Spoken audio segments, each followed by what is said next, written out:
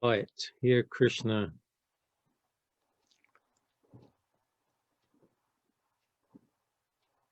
he's making use of what we see as human beings, these sources of light.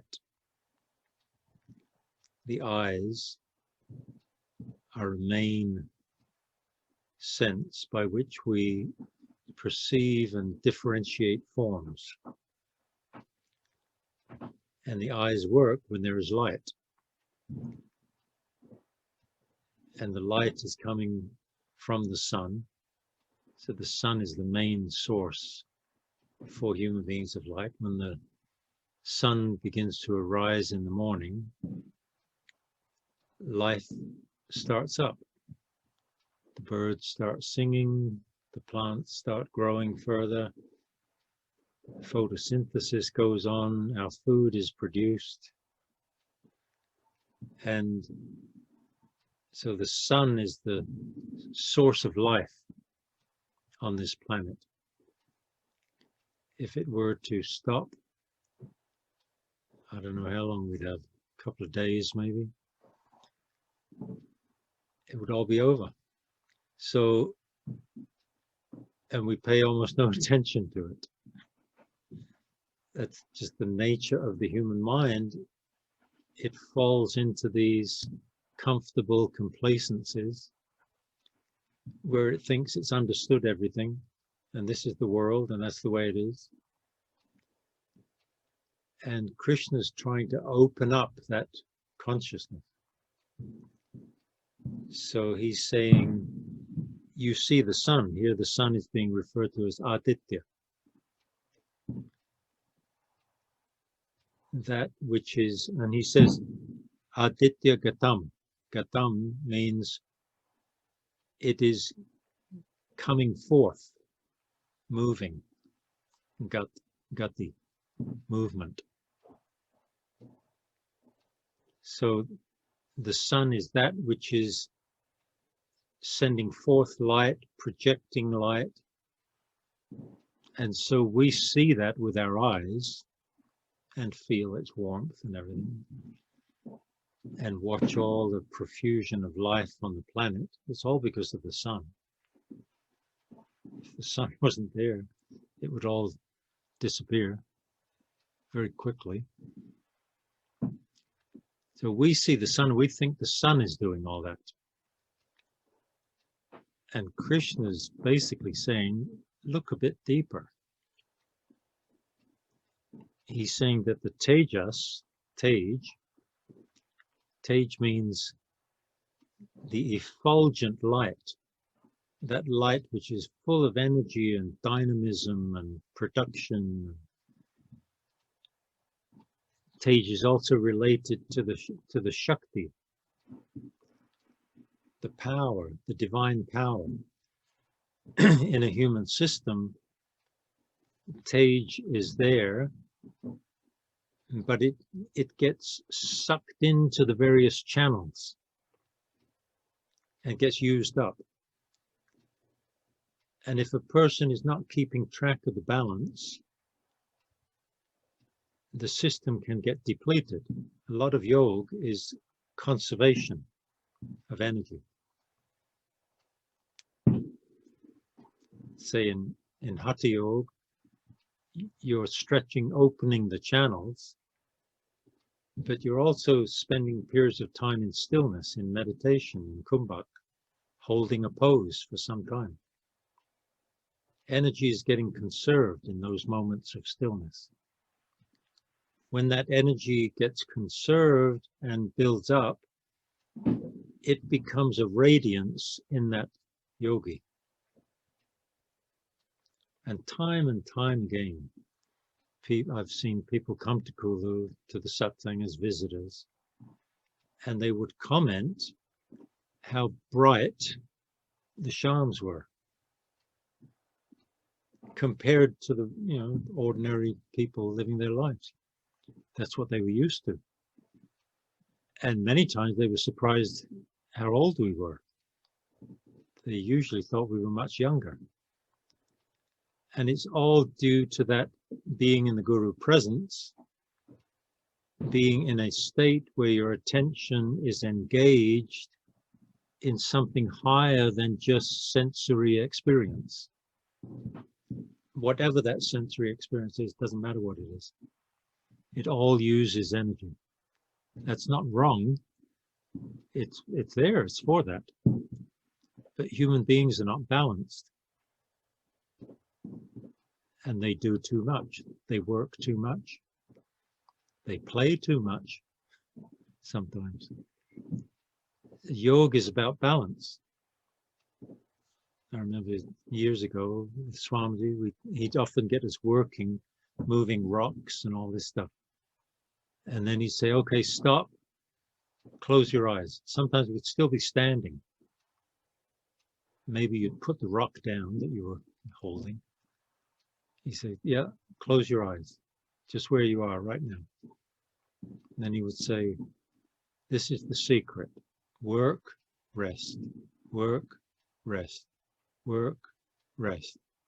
So using the energy through the senses, it's not that it's wrong.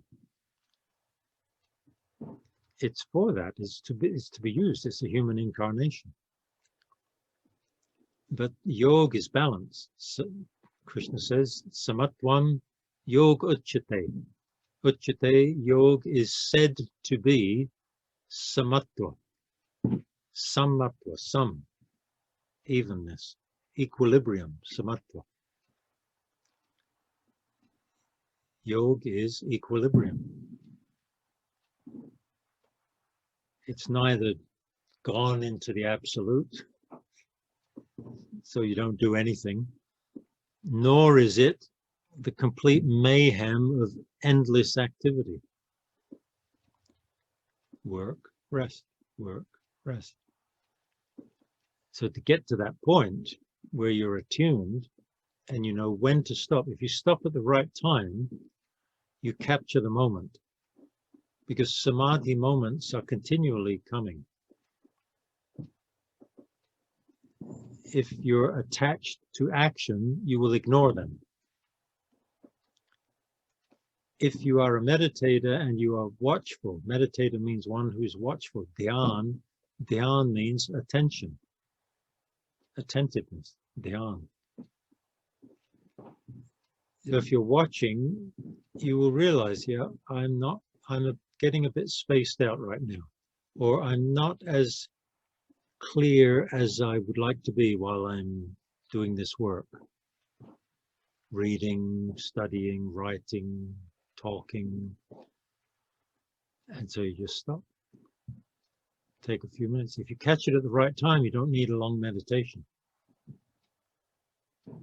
If you don't catch it, you'll get exhausted. And the tiredness in the system accumulates. So there's a whole dynamic watchfulness in the life of yoga. So first you learn to meditate. That acquaints you with your swarup, your true nature.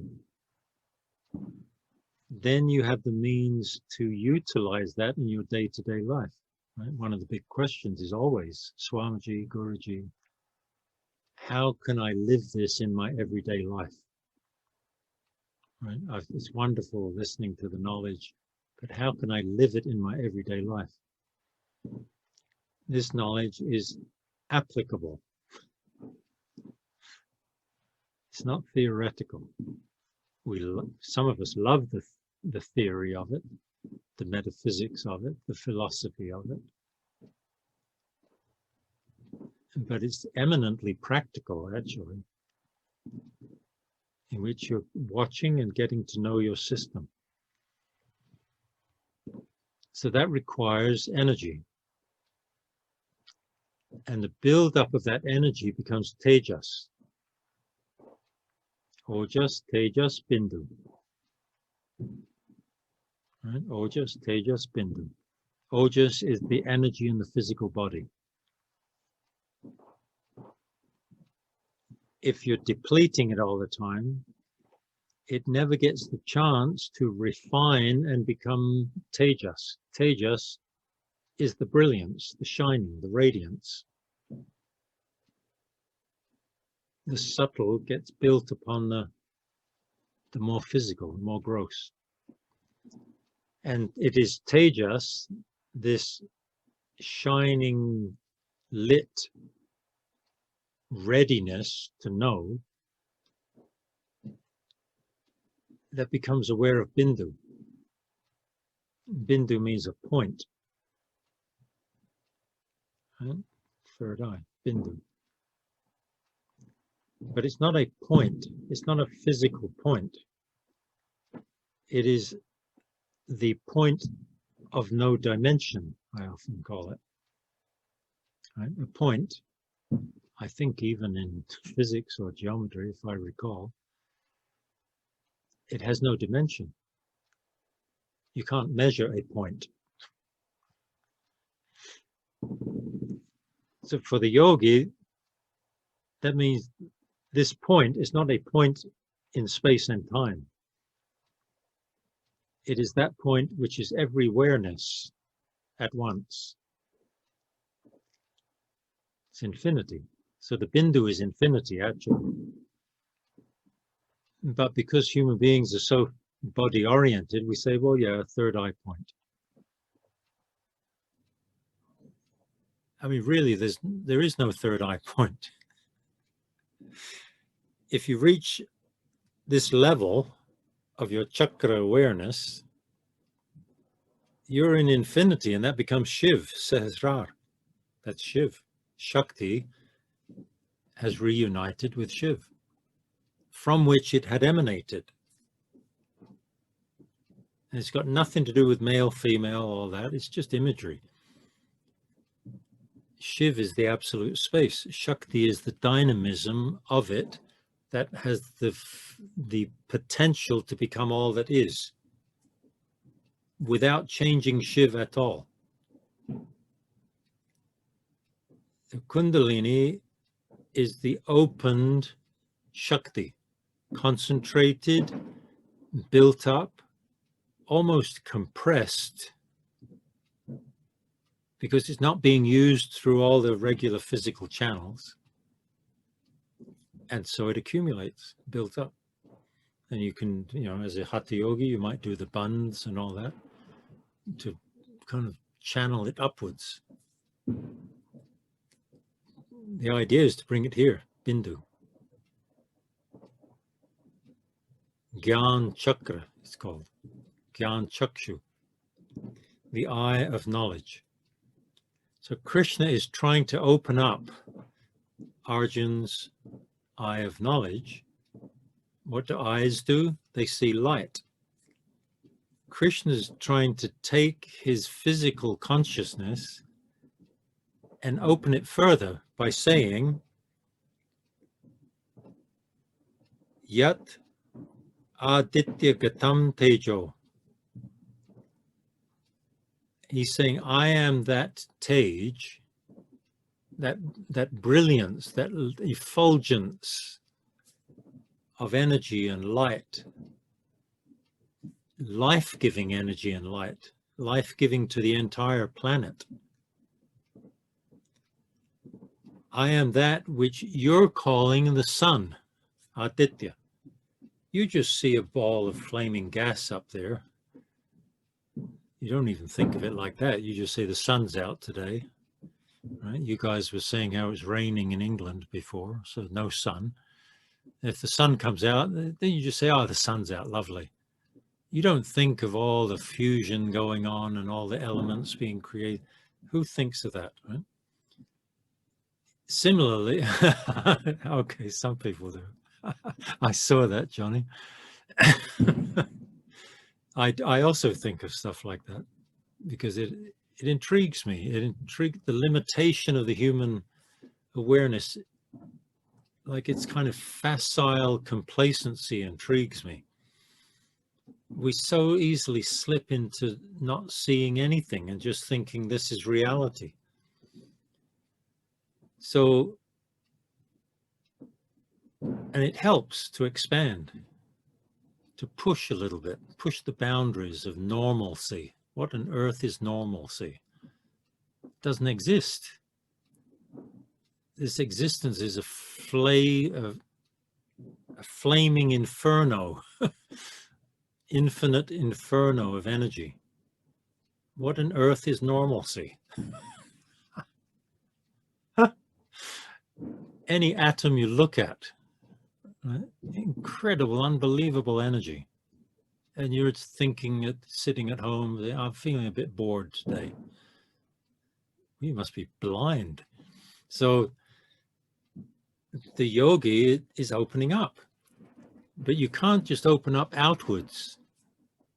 It only works when you open inwards. Then you meet Krishna. And Krishna is saying, this Tejas that you're calling the sun, it's not the sun. The sun's not doing it. I'm doing it. He's saying, I am the light that's coming through the sun. That's what he's saying. In the Ishopanishad, it's a lovely verse in there. The prayer is to the sun, O sun, remove that orb that is hiding who you are. What a beautiful thing to say, right? He's praying to the sun. He's saying, I know you're not this golden orb up in the sky, that in England we're praying the sun should come out so we can go for our walk. Where was it? Along the river or something? Must be River Thames or something. Is it the Thames? Yeah.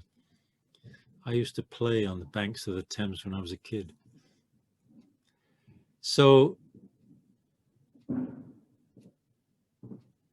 the sun, it's not the one who's praying in that Ishopanishad. He knows, he's a sage, he's a rishi. And he's praying to the sun like, I know this golden orb in the sky, that's not who you are. So please remove that shape that you're hiding behind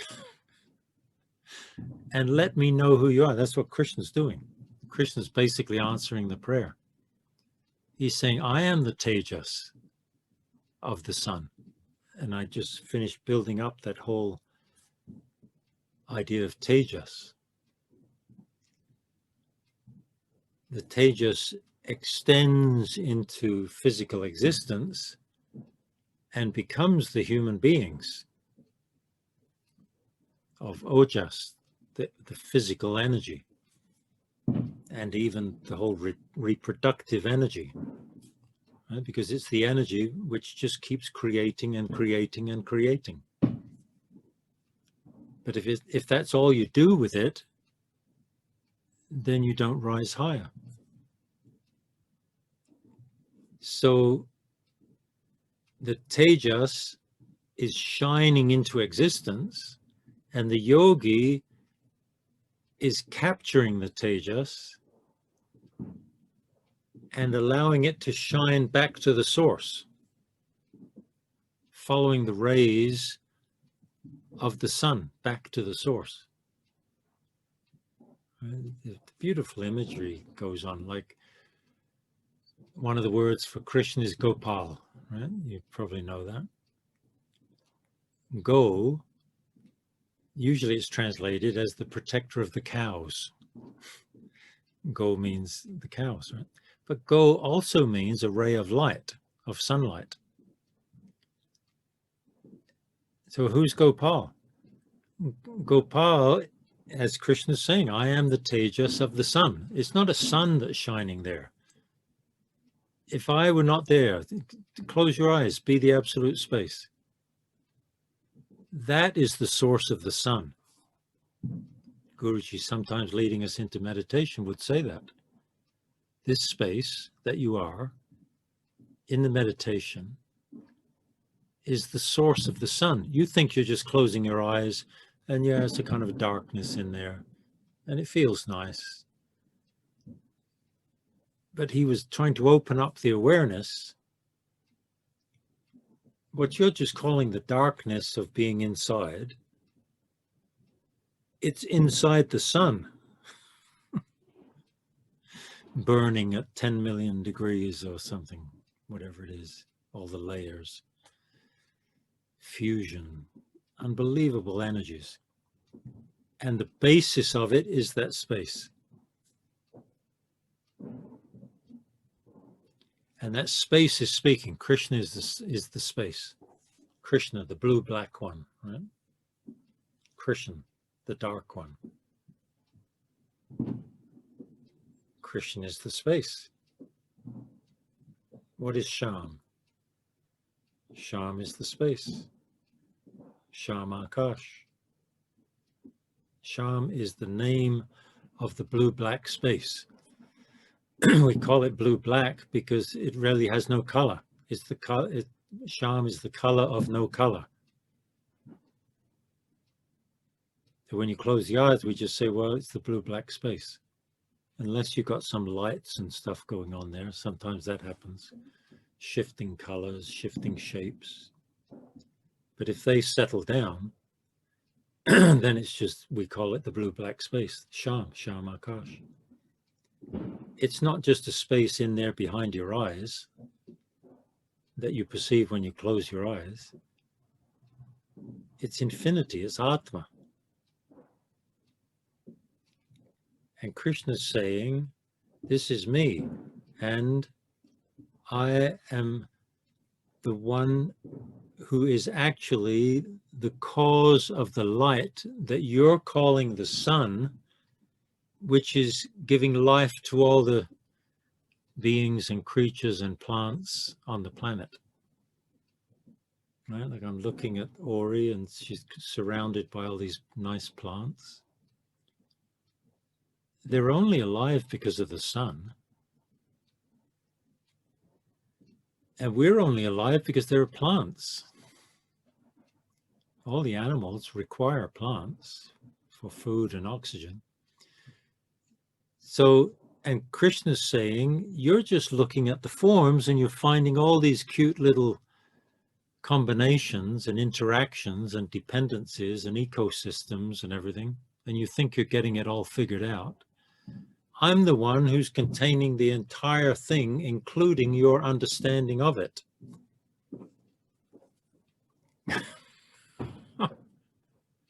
So I know several times in my life, Guruji has said to me, and how many times did you remember me? There was one time when the house next door to me, Chaitna's house, was burning down. I thought it was going to catch my place on fire too. I was running around with buckets and hoses and getting ready for it. And then on the phone with Swamiji, I was telling him about it. And I'm all excited with all of my doership and everything. And his voice came in, how many times did you remember me? Just stopped me right in my tracks. In the middle of mayhem, right? How many times did you remember me? That's what Krishna's trying to do here. Arjun's all slumped in the chariot, totally messed up in his head, can't think his way out of anything. And Krishna's trying to open him up, like, you think that your thinking is going to solve everything. I'm the one doing the whole thing. Even this sun, which is so powerful, and all life is so dependent on it, it's me shining through the sun. Don't you get it? That infinite space, that when you close your eyes, you say, ah, there's nothing there. I should get up and make some toast. Have some toast and marmalade and a nice cup of tea. What am I sitting here just watching some empty space for? And Krishna's whispering, right? This is me. Swamiji says, right in the middle of all the chaos, mayhem, how many times do you remember me? Every moment of your day. Bring it in. How many times do you remember me? It's not me, Swami Sham. That's not what he meant. Me. That me, which is all that there is. But it appears as a sun, and he goes further. He says a moon. Jagat bhasyate akilam. That it is shining Jagat, right? In the entire Jagat, the entire world, that which is born, Gat, again, Jagat. That which is moving into continual formations of birth. That's Jagat, the world. It means it's non-stop movement. There's no stability in it. So the yogi just sits and watches. The stability is the watcher, not the Jagat.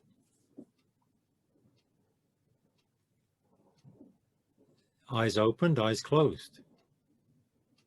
It's more pure when the eyes are closed, but you're not going to have your eyes closed 24 hours a day. You'll get up and move around. And at that point, Guruji will say, how many times did you remember me? Not me, Swami Sham. How many times did you remember that me which you are? That me which is the very being of the sun, which is, as he said, Jagat bhasyate akilam, bhasana. Bhas means to shine, bha, like the word for India is Bharat. Bha means that country where the Supreme Being has shone itself into manifestation. And Swamiji would often say to us, he would say, well, you're all meditators, so you are Bharat. Right? It's not just India. He would stretch the meaning. He stretched the meanings of everything. So he said, you are Bharat. Bharat, you are shining from the source, because you meditate. When you meditate, you become the source. And then you shine out. That's Bharat. Bharat is not really a country. Bharat is the shining of God into being. And if you remember me, then that's the fulfillment of the human incarnation. And that's what Krishna is trying to get at here. Looks like somebody's going to say something. Yeah, can I, sorry. Yeah, jump in, absolutely. Tell me when I'm interrupting. You're talking about remembering, and remembering can take many forms. So I was wondering if you could speak a bit about it, because remembering me practically remembering me in the middle of an action is usually a very fleeting rajasic moment. It's a very what? Fleeting rajasic moment, right, where there is remembrance, but it's very quick and, right. Completely different to when you decide that you will have no action for half an hour and you will sit and meditate. Right. It's a different remembering. Right. And then sometime before you spoke about, I think, I may be wrong, you spoke about Tejas being offered back to the source through a row of lights, which might connect to Divali, this row of lights. And I was wondering if that has anything to do with that remembrance. And right, yeah, absolutely. So you can, in the midst of your activity, remember the self, right? Like say you're driving in town and you stopped at a traffic light. You're not driving right then, so you don't have to close your eyes. Just remember that the reality of this moment is consciousness, not a steel or fiberglass car or whatever they make them of these days. Right? That's not the reality of the moment. That's just a circumstance. So remembering in the middle of Rajasic activity certainly can happen. But it's good because at least that is a moment of, well, somebody's waiting. At least that's a moment of sattva.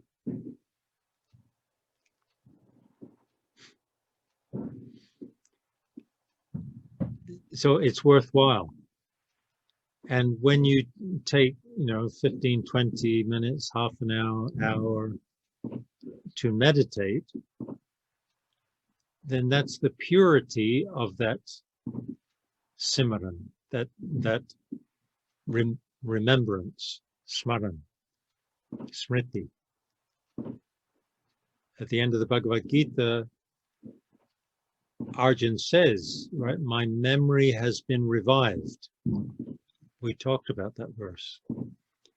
And we tried to bring out the idea that, or the understanding that it's not that he remembered the self, it's that he became aware of the self. And since he had lost that awareness, so we're saying remembering, but it's not the same remembering as, I remember going to Camber Sands when I was a kid, somewhere in the south of England. That's a memory. That's not what we're talking about. It's not that you were once in the self and now you're not in the self anymore, but you can sometimes remember. Some people do that, but that's not dhyan. Dhyan is awareness, consciousness. We translate it as meditation, but it's just being conscious that I am and I am knowing. So when you dedicate a period of time to that, we call that a period of meditation. That's your practice. And as you mature, as you evolve into that state of self-remembrance, you are more likely to remember it during your activity. That's one feature of it.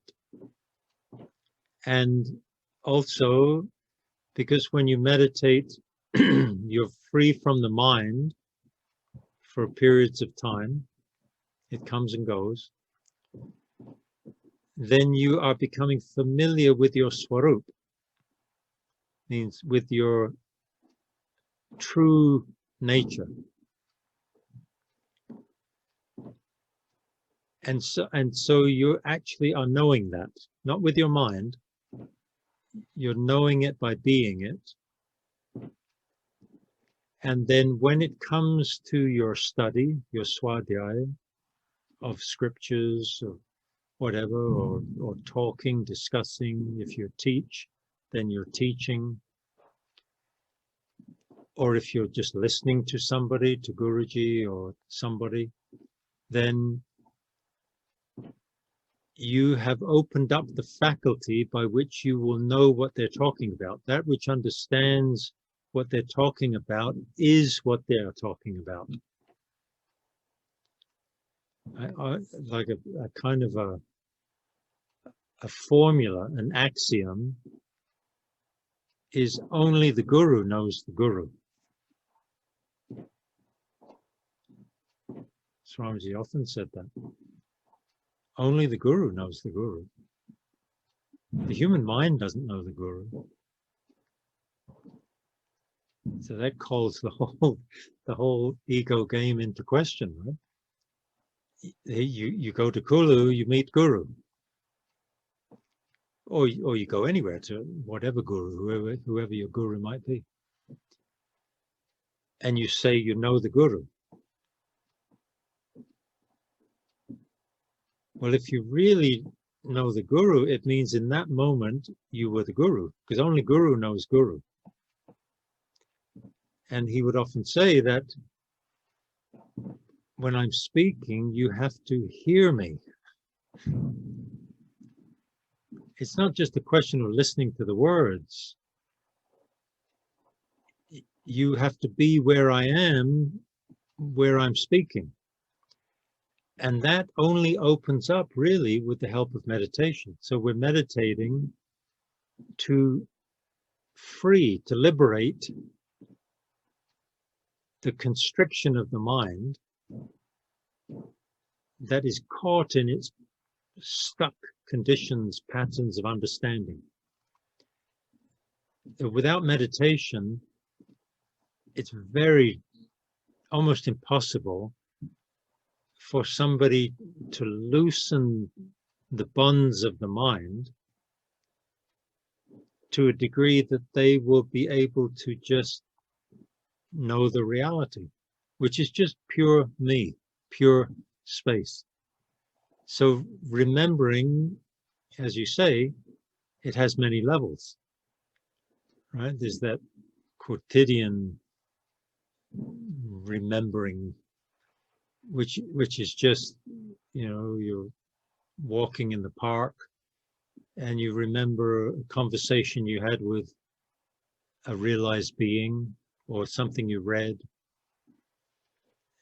or you had an opening once many years ago when you were young or something, and it was a whole revelation and you remembered it.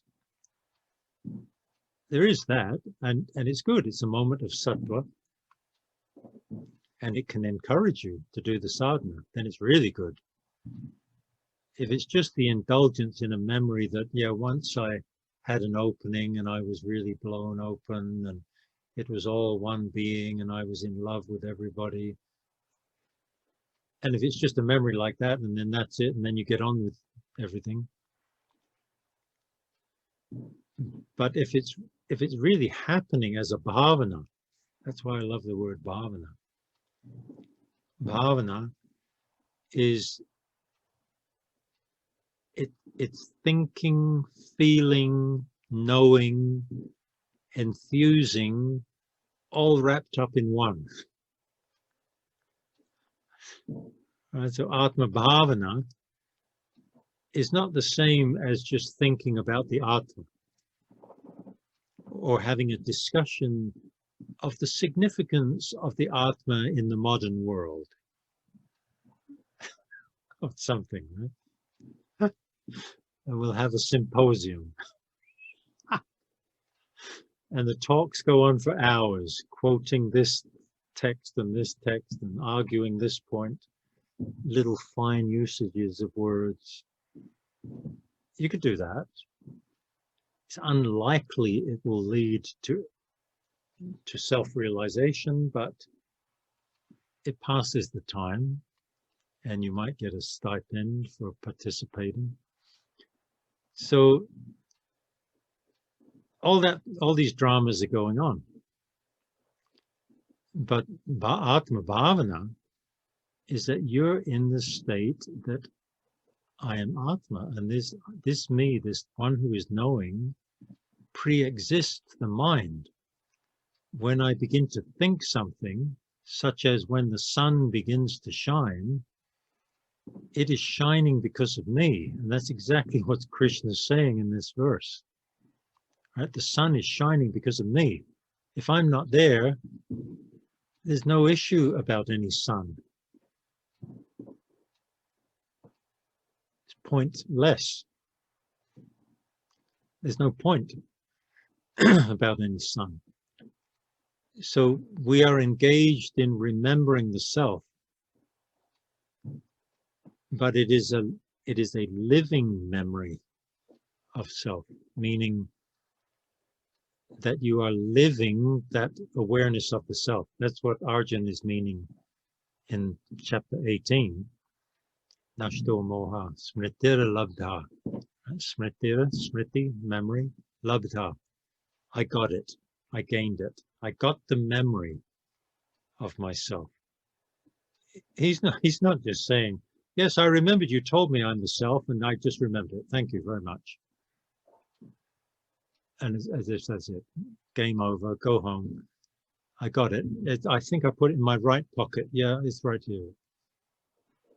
It's not a thing. It's not a thing you're going to get.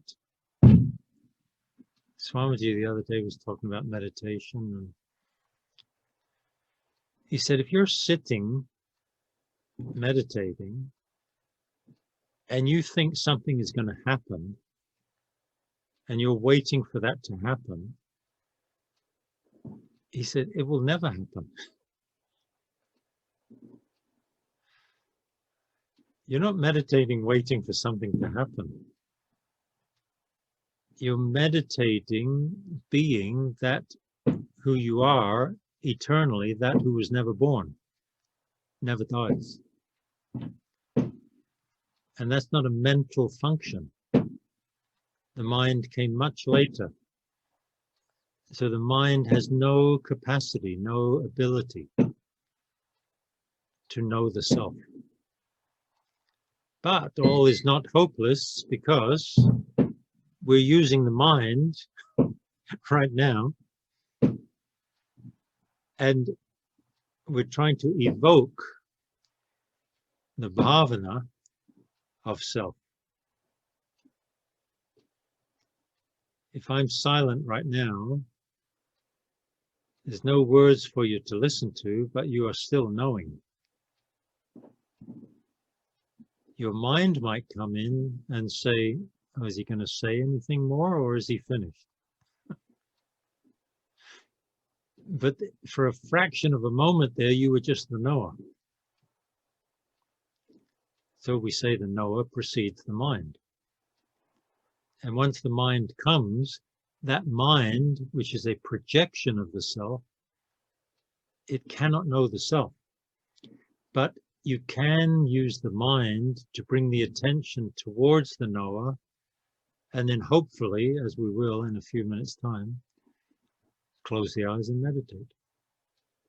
That means we took the entire thing full circle. Krishna says, I am the tejas of the sun. It's me who is shining as the sun. Me means that blue-black space.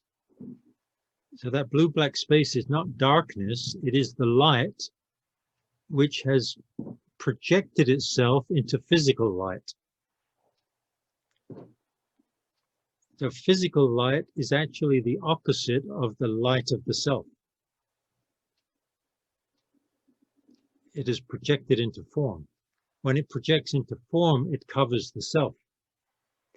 When you project into mind, you are covering yourself. When you project into your body, you're covering yourself. We're trying to get you to remember yourself that you were before the body came, before the mind came. That's meditation. And to do that, we have no other vehicle except the mind. So we have to use the mind. Swamiji would say, you have to use iron to cut iron. My father was a carpenter, and I remember sometimes he had to cut something with iron, use a hacksaw. It's made of iron. To cut iron, you have to use iron. Swamiji would often say, it means if the person's in duality, you're going to have to use duality to start to work it, the attention, away from the 10-headed Ravan, where Sita got caught up in the 10 heads of Ravan. It means the human soul. It's not Sita, a woman. It's got nothing to do with it. It's the human soul. It gets caught up in the world, the forms, the relations, the family, the money, the this, the that. It's totally natural. And so we're using the iron, the duality of the mind, to keep pushing the attention back to that which was before any mind ever came into being. So at some point as a meditator, you got to reach the point where you go, yeah, right, we're here, there now. Let's close our eyes. Otherwise, it's just endless talk. That's why every session I do, I end with meditation, because it's the culmination, it's the completion of what we were engaged in. And looking at the little clock there, I think we've reached that point. I feel that. So thank you to Krishna, and he says, Tat tejo vidhi mamakam. After elaborating that I am the light in the moon, which in yogic thought is the power that makes the plants grow, and I am the light, the tejas in fire. Fire is that which is used in the havans, in the sacrifice, which means the surrender of form back to the same being. That's a havan, that's a sacrifice. It's all food. Your body is made of food. You're offering that which makes your body back to the source. Back to the sun, back to the moon. It's all fire. To that infinite space, which is the source of all the suns, all the galaxies, all the septillion stars of the universe, all the universes. It's not just a little space inside your head. It's Atma, and Atma is Paramatma. Paramatma is Purushottam, the supreme Purush, supreme Atma.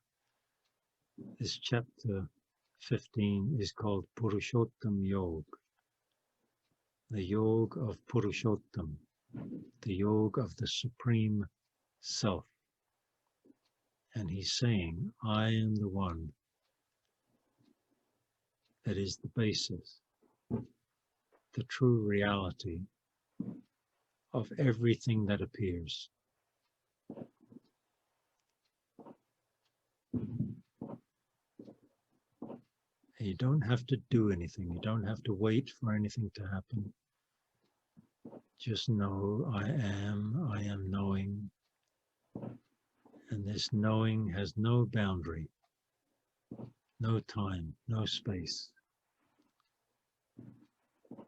I'll be quiet for a few minutes.